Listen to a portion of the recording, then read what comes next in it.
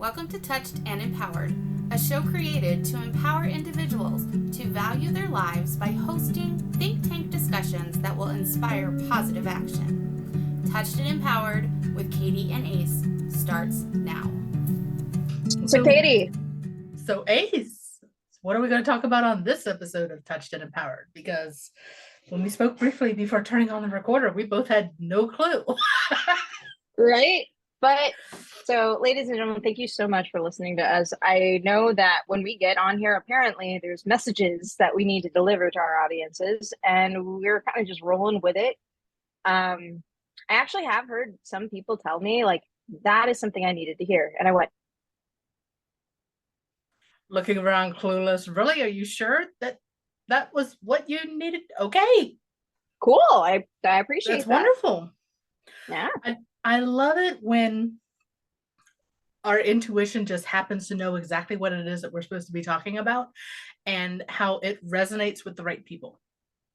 Right. And my favorite part is like, all right, ladies and gentlemen, have you ever just like somehow walked into a room for whatever reason? Someone's either giving a speech or, like just that one person gave you the info that you needed to hear, say, just understand in that very moment. And granted, this could be a message that you've heard multiple times, said multiple different ways, but the way this one person said it, it just struck a chord. Yeah, and just hit you perfectly, right in the center. I love it when we get those hits. I love it when we get the feedback in reference to, that really resonated with me, or I really loved this episode, because I will admit that when we first started this, I wasn't sure whether or not we'd have any listeners.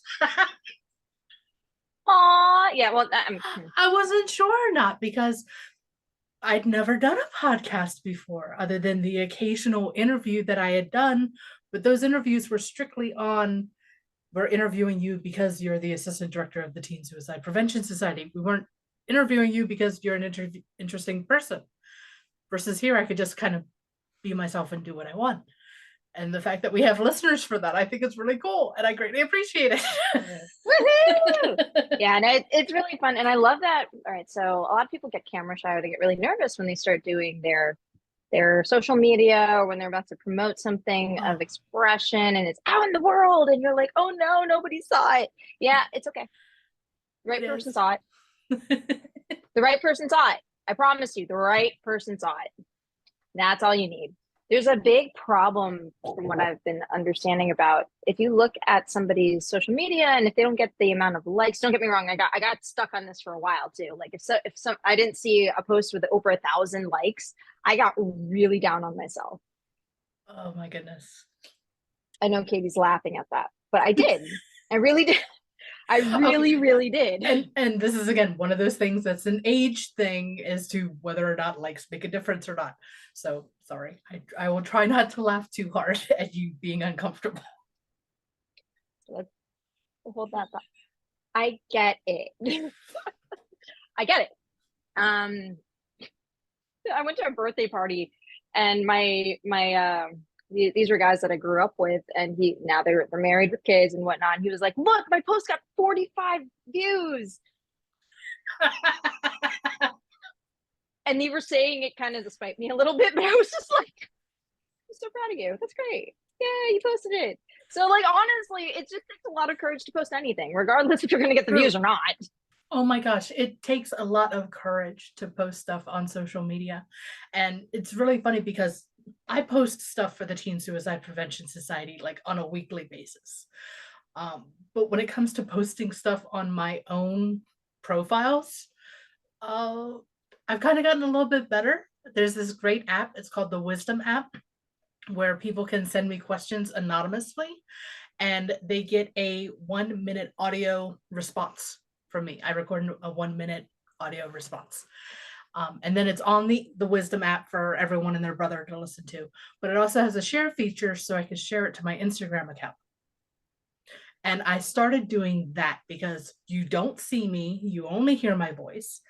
And it's a really cute little audiogram picture that the app creates.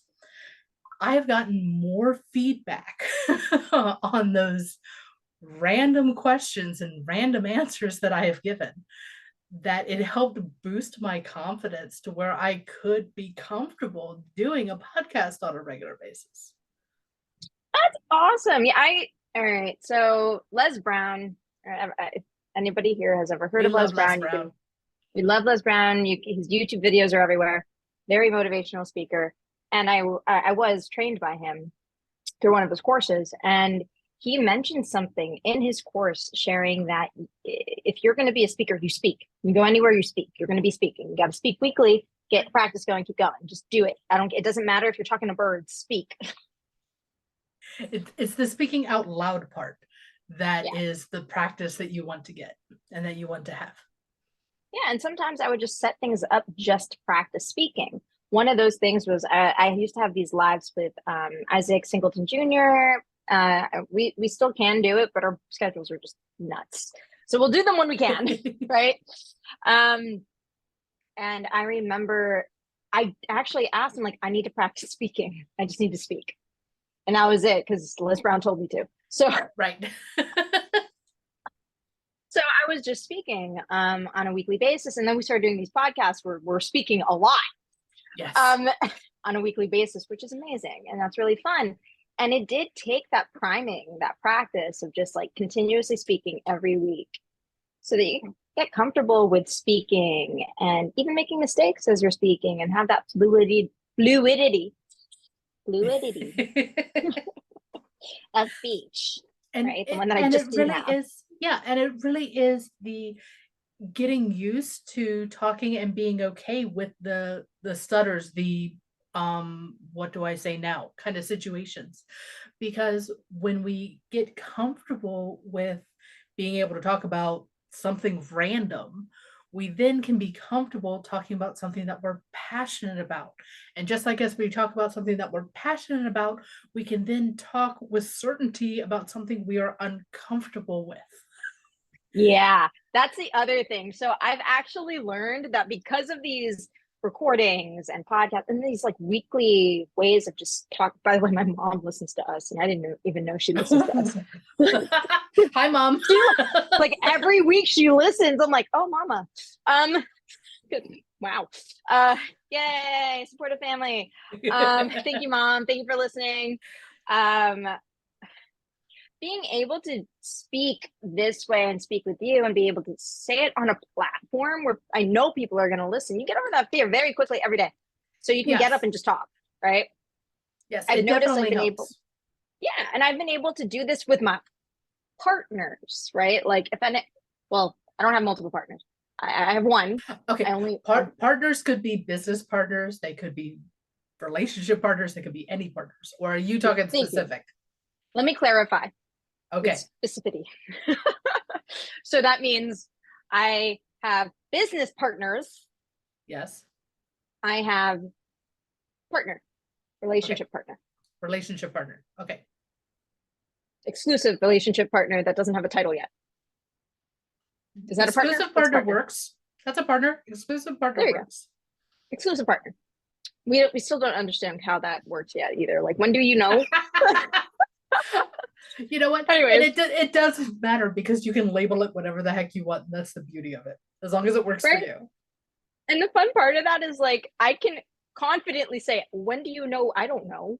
I can say that here and confidently tell other people either in business and personal relationships, in like even religious practices. I don't know, confidently without an issue. And as long as you're comfortable with it, that's all that matters. And I was not comfortable with that before. Well, heaven knows there's so much pressure as to what kind of relationships we have and which kind of relationships we talk about and the relationships that we don't talk about. And you know what? I'm getting kind of tired of that pressure. I mean, granted, I love my family. I love my husband. I love my son. I love my sisters. I love my mom. I'm going to talk about who the heck I darn well please feel like talking about. Exactly. Oddly enough, you know, I love that you say that. Now, oddly enough, when you post a social media post, ladies and gentlemen, and I think this is actually the crux of our recording here, Yes. a lot of people get fearful and restricted because they're worried about not getting liked. They're worried about all that stuff when they get on and they're sharing what they're doing, right?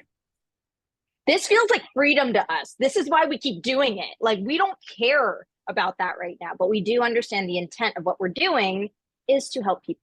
So don't get me wrong, we're not just like up here and just talking for nothing, but we are. And there is a difference though, because for example, my son has requested that I only say certain things, and there are other things I do not share about his life. Completely understand and completely agree with that. And then there are other family members that I may mention, but I don't really talk about them because it would just make seeing them later very awkward. Yeah, I So don't you have have to know. So you have to know, not only your rules and boundaries about talking and sharing stuff on social media, but the rules and boundaries of the people that you are involved with before you go posting stuff on social media. Yes, another funsies and fun facts, ladies and gentlemen. If I talk about my family on here, it's because they've heard the story. That's already. True. That's true. Right. And they like it. Like, they like being known the way that I like, the way that they're portrayed in these stories. One, it's authentically who they are, and they don't care a good portion of the time. Two, it's amazingly hilarious how awesomely like unique my sisters are. So I can share that. Yeah. And it's like, it's one of those things that I realized is, there's a lot that on a one-on-one conversation with someone, there's a lot of things that I share about what's going on in my world with my relationships, business-wise, personal-wise, it doesn't matter. But there's a time and place for that. And then there's a time and place with what we share with the world. And I'm not necessarily saying I'm trying to paint my world as everything is rosy and there aren't any disruptions or there aren't any arguments. Oh, okay, my husband and I have been married for 23 years. We know that there are going to be arguments. If you've been in a relationship longer than 6 months, there's going to be arguments. Thank you for saying 6 months. Yes, I agree. And honestly, depending on what you're doing, sometimes those are very high speed and they can happen in the first 3. Yes, that's true. Sometimes they happen in the first day. Or sometimes in my case, I dated someone for 1 hour. We had an argument and it was done. But that was back in high school. That was back in high school. And I don't even consider it like even dating or anything, because they honestly told me the only reason they were dating me was so they could get to know my friend. And so I don't count that. I love your face. We're going to defer to the YouTube link, ladies and gentlemen. If you want to see my response to just that, woohoo! The funny thing is I don't even remember the guy's name anymore. This was like back in middle school. But anyways, leaving that note aside. Leaving that note aside. Leaving that note aside. It really is. It's important that what we share is authentic one way or the other. So being honest about the relationships that we're in with what we share on the podcast and what we share on social media and everything else like that. You can share that not everything is rosy, but do it in a polite and respectful way. Don't be putting up these videos that are what I would consider harmful. So, ladies and gentlemen, those videos and memes, don't get me wrong, I have done this before, where you post them up and it's about somebody, even though you're not saying their name. Yeah. That is never good. That's never good. That's never, never, never, never, never, never, never, never good on a social media platform. Although I have seen people, although I've seen people do this tastefully. Okay, there's a difference between doing it tastefully and there's a difference between doing it vindictively. Yes, if you're doing it in an essence of, hey, ladies and gentlemen, I came across this challenge this week with X person. Not saying their name. Right. Right? With John And Doe. Redwoods, I learned Mount Rushmore. I learned this from that story, and this is the wisdom that I'm going to take with me when I move forward in my other things in life. These are the mistakes you shouldn't make, ladies and gentlemen. That way, you have a productive life based off of what I'm hearing and seeing, so that you could have a better life than what this person just tried to put out into the world. Make the world a better place. This is an example of what not to do. That is that is very understandable and very relatable, and people can appreciate that without having to know all the nitty-gritty stuff. If you get on social media and you just rant and talk nothing but pure negativity and everything else like that, that turns into cyberbullying, and that is just wrong. Yes, and I have done that before, and I actually am determined never to do that again. Hence why we are here making up. Which is why we are here making up. Yes. Making up for it. I did, Kylie. I will admit, there have been 1 or 2 times where I have gone onto social media and I have done a complete rant. And the rant was not necessarily a positive one, but it wasn't that I was calling out a particular individual. It was more along the lines of, the one that's coming to mind anyways, is there was a riot situation in my city due to some circumstance that had happened involving the police department and someone losing their life. And the rant that I did was in reference to why people are acting negative with looting in response to a negative event. That's just negativity feeding negativity. It wasn't calling any individual person out or anything else like that. And that, I think, is the difference to some of the other posts that I was reading at that moment in time, where they were literally giving out so much venom to a particular individual or to the police department or to this department or whatever.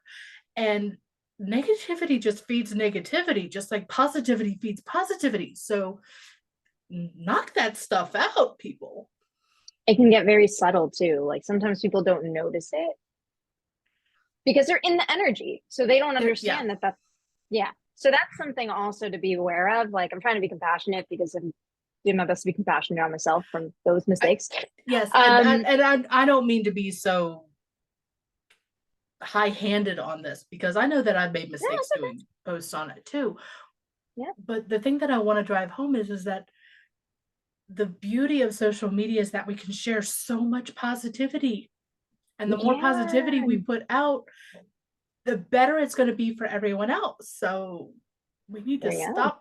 The brain is negatively biased anyways. We were born caveman was born that way, and we just inherited those genes. So we need to find a way to counteract that with more positivity.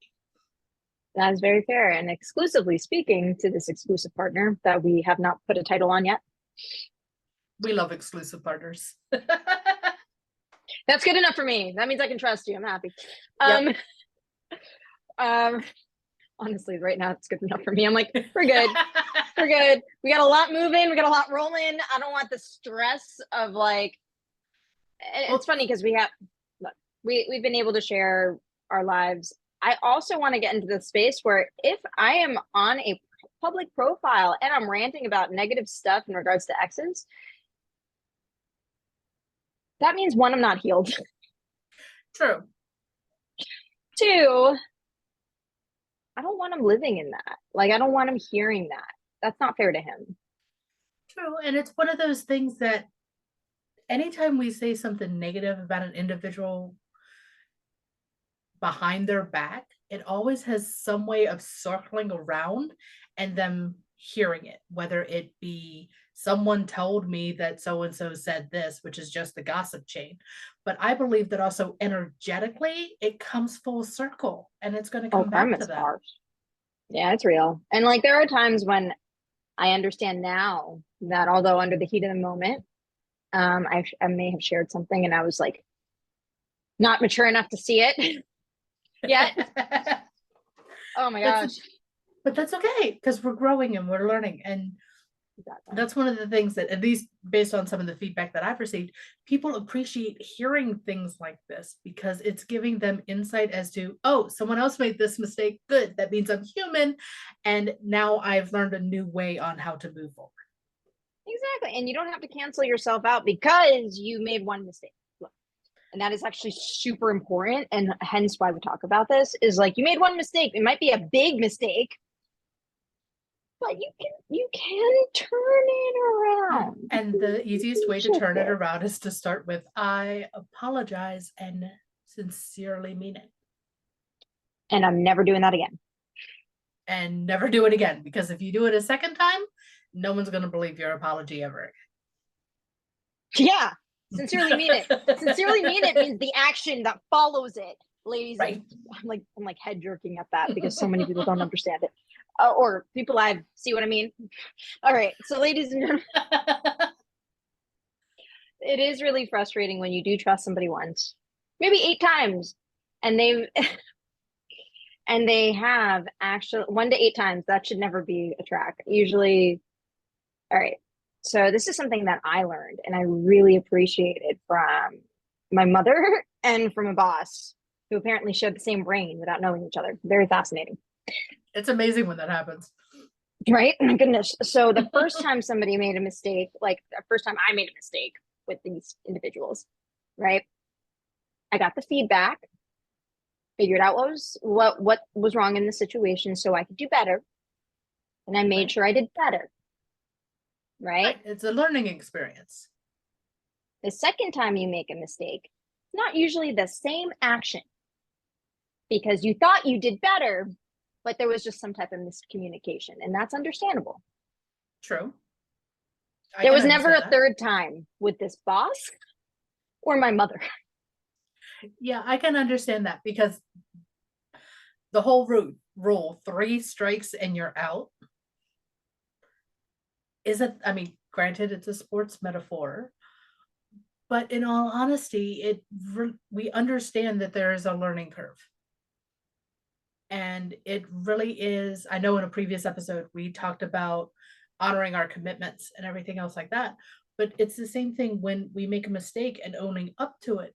We are learning, we are evolving. And as long as we continue to learn and evolve, then all of these things melt away and we just become better people.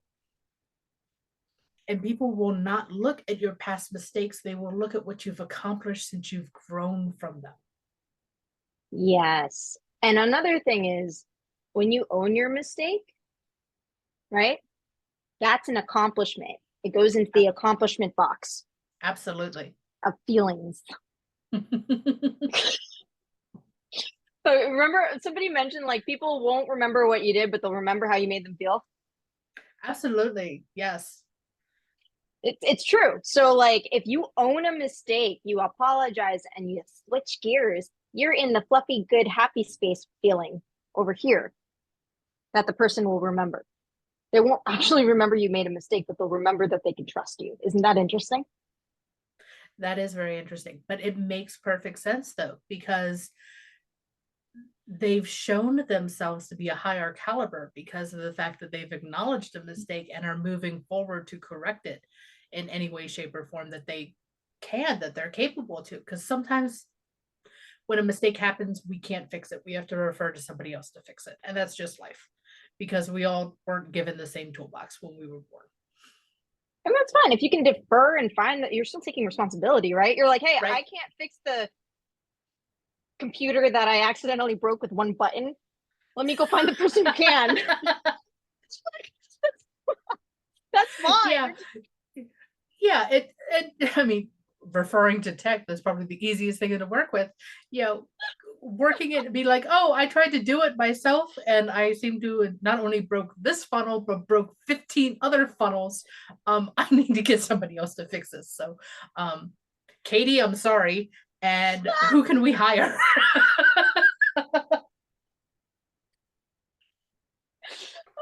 I'm laughing, but I know this has happened. But now if you put this metaphorically speaking into something else.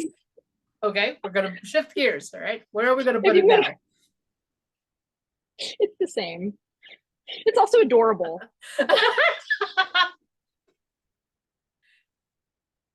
Like, imagine you're just like, I'm so sorry, I don't know how to drive stick. I kept it in first gear the entire time. What do I do?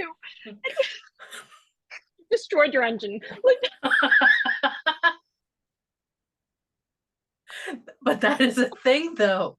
That is a thing because okay, what if I will admit that I am not a good stick driver. I have done that. My favorite one, though. Oh my god! No, sorry, different story. Never mind. see, these are the I'm good. metaphors. All right, we'll use another metaphor. Driving with the emergency brake on. Oh, I don't know how to fix cars. Let me go to my mechanic. Like, that makes sense. Okay. So it's like, these are the mistakes that you can make when you, I remember this one time. Yeah, I didn't know what I was doing, and it didn't make sense to me when I was like, this was like an assistant gig, maybe like 10, 11 years ago. And I didn't know that if I asked for a messenger to take something and bring it to the other side of the country, it was going to cost a lot. And we were going to ship the messenger. We were going to put the messenger on the flight holding this package all the way across the US. And I had no idea that's what that meant. And thank goodness the person who was on the other line was like, so I hope you understand what this means. If you want to get this by tomorrow, that means you're paying for the flight for the messenger to get on the flight, get to the person and come back. And I went, hold on one moment. And I went to my boss. I'm like, is this what you mean? Is this what you want to happen? Are you okay with this? They're like, oh, no, it's okay. You can ground ship it.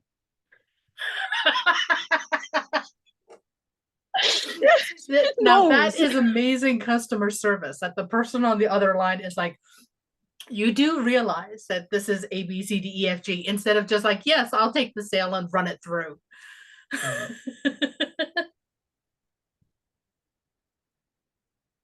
These are the types of mini mistakes that you could possibly make.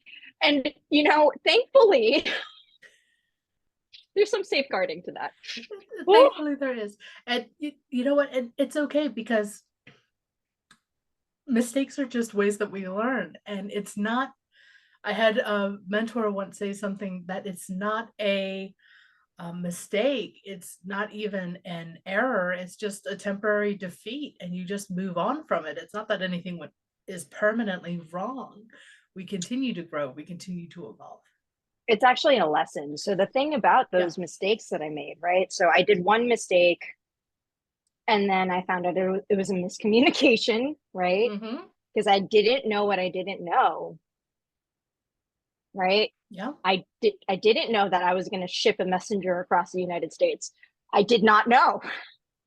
But then I found out, I grew, I understood. There was no third mistake, and we didn't accidentally send the messenger across the US. Like, that is right.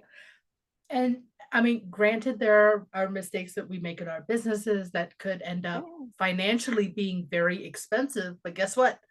We've learned from it, and we'll never do it again. There are a few that I had to learn. It was a mistake that ran 2 years long. Ooh, that could add up. Yeah, it did. It was a big loss. It was a big loss. Will I ever make the mistake again? Never. Yeah, never. Once you, I mean, it doesn't even have to be that huge of a mistake. It could be something just as simple as you overdraw your checking account, and now you're charged a fee, which is funny that they charge you a fee when you don't have the money to pay what you wanted to pay, and then they take more money. But different process. So anyone who's a millionaire listening to this. So pay attention to this. But you learn from that, because you can feel the pain of not being able to pay this bill that you were going to pay with, and then having to pay extra on top of it. For someone who's living paycheck to paycheck, that can be very, very painful. So it's a very important lesson to understand before you actually do it. But if you do it, you're only going to do it once. So my chiropractor. Back to the chiropractor, okay? This links perfectly, right? Okay. So he told me, he's such a profound and wise chiropractor, champion chiropractor in Beverly Hills, ladies and gentlemen, look him up. He was like, pain is a motivator.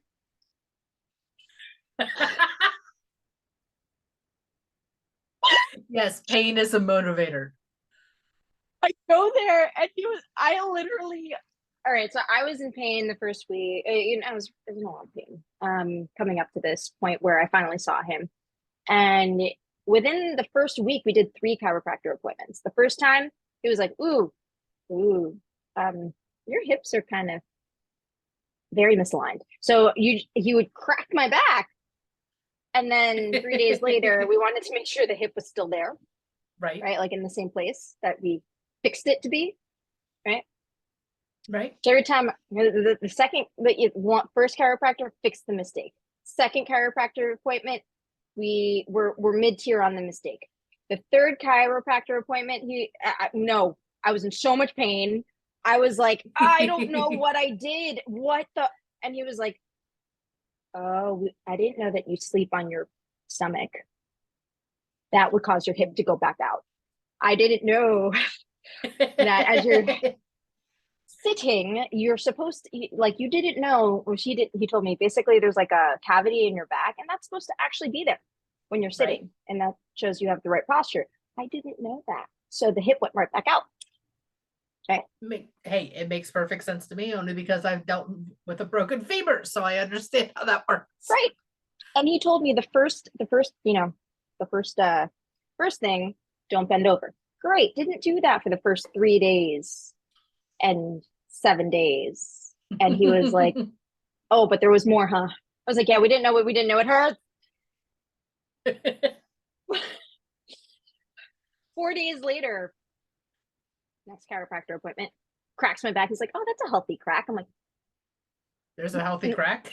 And he was like, yeah, I know that sounds funny, but it's true. The first couple of cracks weren't as healthy. And I'm not in pain. I'm at a 0 pain scale right now. Isn't that beautiful? It's fantastic. Thank you. But that was like, oh, we didn't know what we didn't know. I have grown, and I diligently kept the cavity in my back when I sit. I've been sleeping on my back. Which definitely helps. like it's like my life depended on it. He mentioned that I can sleep on my side, so I will, but mainly my back, never my front. And because I diligently did that for 4 days, 0 pain. There you go. Pain is a motivator. Yes, pain is a motivator. And I think that's what pain is designed to be. It's designed to be a motivator to improve what you're currently doing that is not working for you. Yeah, and you can numb the pain. You can. Yeah, but that's you not don't grow. Really a good idea. You don't grow, you don't heal. Right. And that's only temporary. It's not permanent. It's the cycle of getting stuck. It's like you get your fix, but don't fix all of it. Like it's kind of one of those things where you have to shift everything. It's not just, oh, I went through this. It was a Band-Aid. That's great. And then just put on another Band-Aid, and then put on another Band-Aid, and then no. That's expensive. That ends up being very expensive. Why do you think so many people who go through addictions rack up a bill? That's the Band-Aid that gets expensive. True. And that's one of the things that I found, especially when it comes to lifestyle changes. In my case, just trying to be healthier. It's not something that I could just snap a Band-Aid on and be like, oh, okay, I'm going to cut down on my carbs. I'm going to drink more water. I have to commit to actually making more than just my food choice change. I have to actually physically move more. I have to be willing to exercise. I have to be willing to go to the doctor to get a physical and verify that, yes, everything is perfectly fine, just a little bit fluffy. So I love the look on your face when I said that. Well, at first I was like, fluffy. The last time I went to the doctor, they said every blood pressure, cholesterol, everything, heart, all good. I'm just a little bit more curvy and fluffier than they recommend for somebody my height. Stupid BMI, but that's okay. I got the opposite. So, hey, I got you. They want me to gain weight, which is perfectly understandable. Yeah, but it's understanding that, yeah, I can do the band-aid thing and just work on this one part of my life, but that's not going to get me to a goal where I can be more flexible, where I can move more easily and be able to go up and down the stairs without losing my breath. Yeah, 100%. Or just be able to bend over. Yes, being able to bend over and touch your toes is a wonderful thing. And then, of course, my I'm brain jealous of goes to, I everyone. don't remember the last time I can look down and see my toes because I have body parts that are in the way. Okay, I'm sorry. I'm not jealous of everyone, but I very much admire everyone who can touch their toes right now in a way Yes. that I can't do or haven't been able to do for years. So, honor that, appreciate it, love that about your life, because you never know when you can't do it. That's true. And being able to move freely now, I want to make sure that I'm going to be able to move freely when I'm in my 80s. Same. I'm actually going to go do a bone density. I want to be able to travel the world and everything else like that and enjoy my free time. And if I'm not physically able to do that, that's going to kind of dampen my dreams. I don't want to dampen my dreams. I want to build towards my dreams. Agreed. And all right, for anyone that's younger listening to this podcast, 30's real. Yep, that's when you get the real check. I don't care if my family and I go into baby fat mode around our 30s. It's true, we look younger when we hit 30. I don't know what it is. It's like this really strange Benjamin Button effect.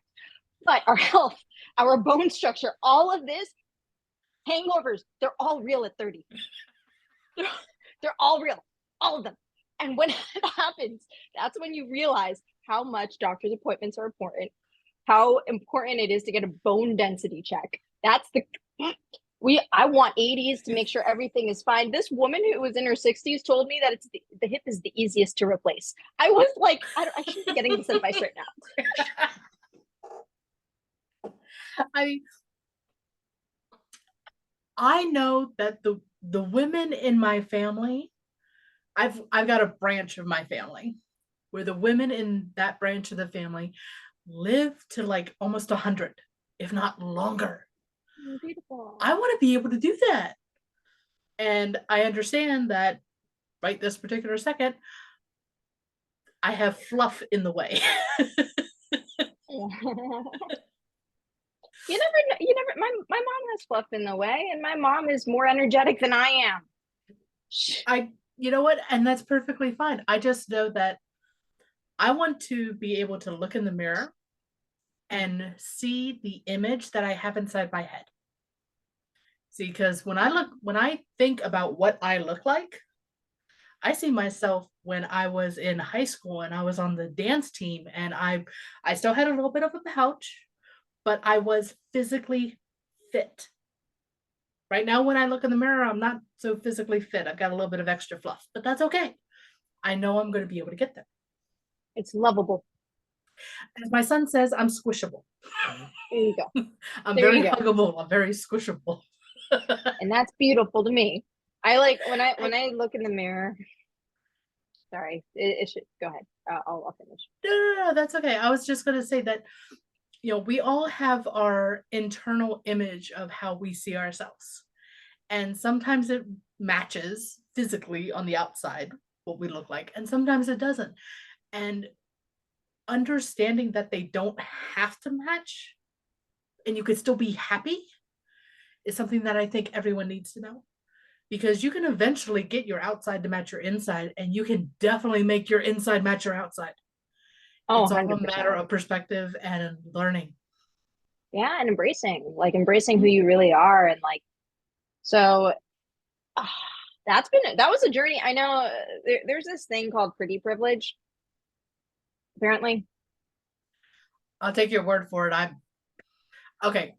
There are girls I live in high LA. school there are girls that were in high school that were very pretty, and it did seem like they were very privileged. So I can understand that concept. Yeah, I live in Los Angeles. Mm-hmm. There's pretty people everywhere. everywhere. If you were the pretty person in your hometown, you usually come here after high school. Okay. Usually, apparently. Usually, maybe. That's what people have told me. And that understanding of like people doing that, I'm like,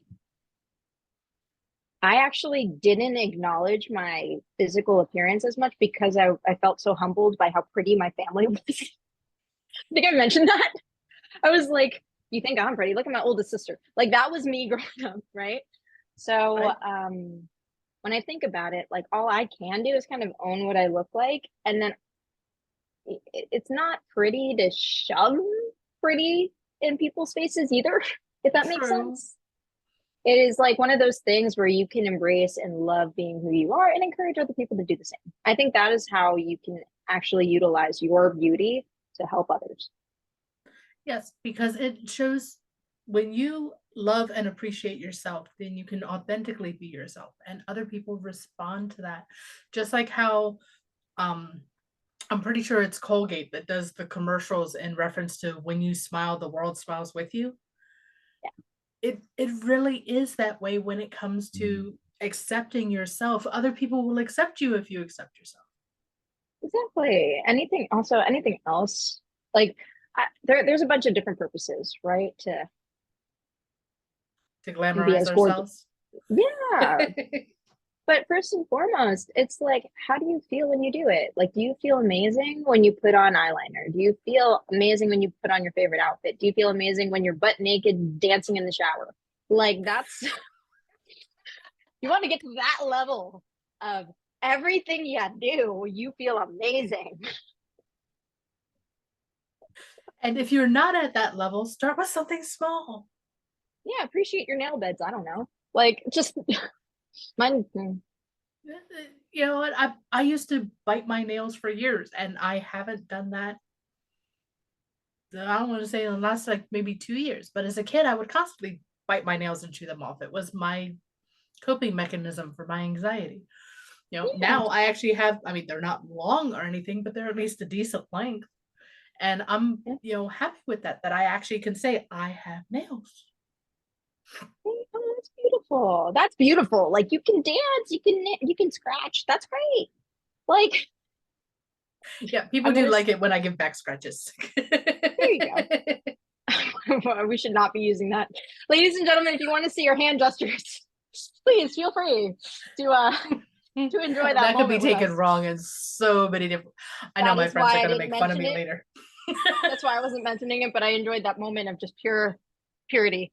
It's funny. So I was actually talking to somebody and like I don't know what it is, but have you ever watched Divergent? Like The movies, yeah.